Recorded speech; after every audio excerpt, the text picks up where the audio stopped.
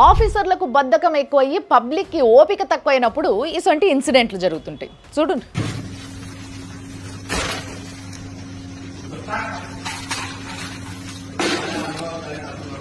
मी काय म्हणतो तुमची फेस टू मधली जर असन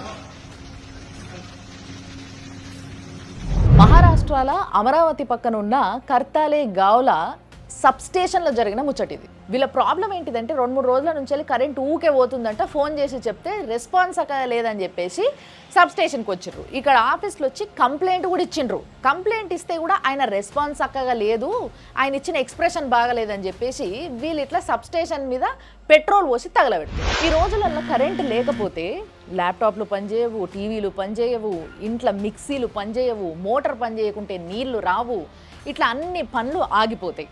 కాబట్టి వాళ్ళ ఫ్రస్ట్రేషన్లో అర్థం ఉంది, కాదని కాదు. కానీ వాళ్ళు ఏదైతే ప్రక్రియ చేసారో కోపంలా అదంతా కూడా చట్టం విరుద్ధం. వీళ్ళకేమో ఓపిక తక్కువ. అటు ఎలక్ట్రిసిటీ డిపార్ట్మెంట్ వాళ్ళు అయినా అట్లీస్ట్ సిటీలలో అక్కడక్కడ ఇన్ఫర్మేషన్ ఇస్తారు, ఈ 2 రోజులు కరెంట్ ఉండదు, ఒక రోజు కరెంట్ ఉండదు, ఒక పూట ఉండదు అని. కానీ ఊళ్ళల్లో అయితే అసలు ఎప్పుడు కరెంట్ వస్తుందో ఎప్పుడు పోతుందో అంతా వాళ్ళ ఇష్టమే. 2-3 రోజులు మీకు కరెంట్ ప్రాబ్లం ఉంటుంది అని చెప్పేసి ఒక అనౌన్స్మెంట్ చేసేసారు అనుకో, వాళ్ళు ఏదో ఆల్టర్నేట్ చూసుకుంటారు కదా. చెప్పినా కదా, వీళ్ళకేమో బద్ధకం ఎక్కువ, వాళ్ళకేమో ఓపిక తక్కువ. అదే మెయిన్ ప్రాబ్లం.